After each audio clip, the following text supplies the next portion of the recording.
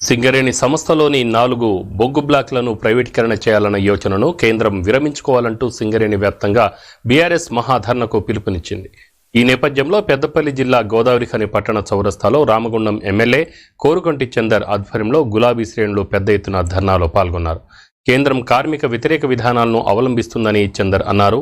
ఈ నేపథ్యంలోనే బొగ్గు బ్లాకుల ప్రైవేటీకరణను వ్యతిరేకిస్తూ ఐటీ మంత్రి కేటీఆర్ పిలుపునిచ్చారని, ఈ క్రమంలో కార్మిక వర్గం నల్ల బ్యాడ్జీలు ధరించి విధులకు హాజరయ్యారని తెలిపారు.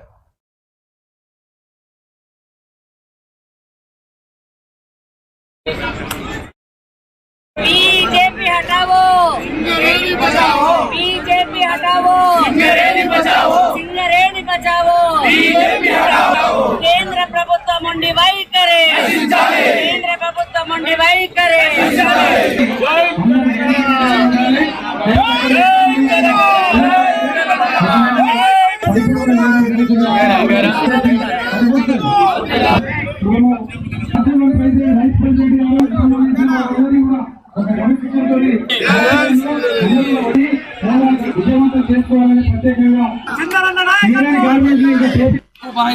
గులాయిలలో కార్మిక లోకమంతా కూడా జంగు సైరన్ పూరించిండ్రు.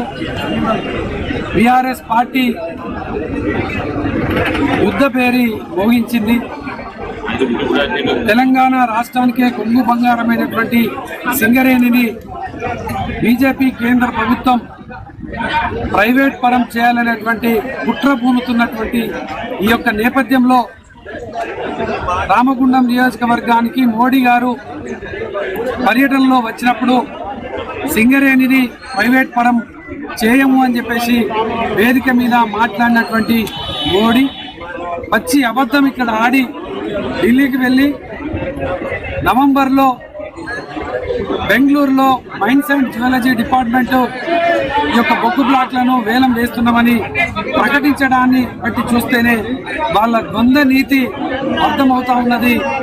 ప్రభుత్వ రంగ సంస్థలను ప్రైవేట్ పరం చేయాలనేటువంటి వాళ్ళ ఆలోచన సింగరేణి మీద కన్నుబడ్డది. లాభాల బాటలో నడుస్తున్నటువంటి ఈ యొక్క సింగరేణిని నిర్వీర్యం చేయడానికి ప్రైవేటీకరణ, యాంత్రీకరణ, అదేవిధంగా టెండరీకరణ పేరిట ప్రారంభం చేసింది. కాబట్టే ఈరోజు తెలంగాణకు మోడీ వస్తున్నటువంటి ఈ యొక్క సందర్భంగా మోడీ తప్పకుండా ప్రకటించాలి.